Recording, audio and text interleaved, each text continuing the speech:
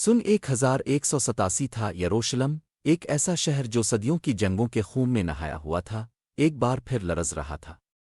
صلیبیوں کے قبضے کے بعد اسلام کی فوجیں واپس لوٹ آئی تھیں، اور ان کی قیادت کر رہا تھا ایک ایسا شخص جس کا نام تاریخ میں ہمیشہ کے لیے گونجنے والا تھا، سلطان صلاح الدین ایوبی۔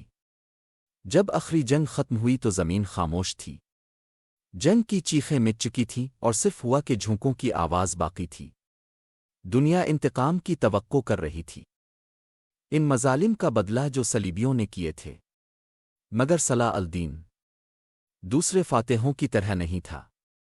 اس نے انتقام کے بجائے رحم دکھایا، تباہی کے بجائے انصاف قائم کیا۔ وہ یروشلم میں ظالم کی طرح نہیں بلکہ ایک محافظ کی طرح داخل ہوا، ایمان اور انسانیت کا محافظ۔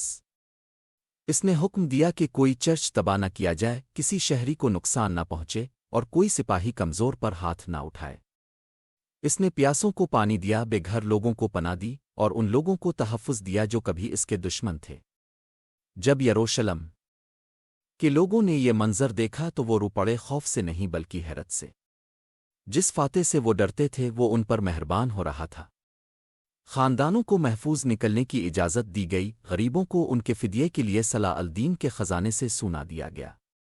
شہر کے دروازے جو کبھی ظلم کی علامت تھے اب رحمت کے دروازے بن گئے۔ دور کہیں جب انگلستان کے بادشاہ رچرڈ شیر دل نے اس رحمدلی کی خبر سنی تو اس نے وہ الفاظ کہے جو تاریخ میں ہمیشہ یاد رہیں گے، اگر کوئی دشمن عظیم ہو سکتا ہے تو وہ صلاح الدین ہے، اور وہ درست تھا۔ صلاح الدین کی عظمت ان شہروں میں نہیں تھی جو اس نے فتح کیے، بلکہ ان دلوں میں تھی جنہیں اس نے رحم سے جیتا۔ خون اور فتوحات کے اس دور میں صلاح الدین ایوبی عزت، انصاف اور انسانیت کی روشنی بن کر چمکا۔ اس نے ثابت کیا کہ اصل فتح وہ نہیں جو تلوار سے لکھی جائے، بلکہ وہ ہے جو معافی سے حاصل ہو۔ اس کی تلوار نے زمینیں فتح کیں مگر اس کے دل نے دنیا فتح کر لی۔ ایک ایسے زمانے میں جب جنگ ہی سب کچھ تھی، صلاح الدین ایوبی نے امن کو جنم دیا اور ایک ایسی رحمت کی میراث چھوڑی جو وقت مٹا نہیں سکتا۔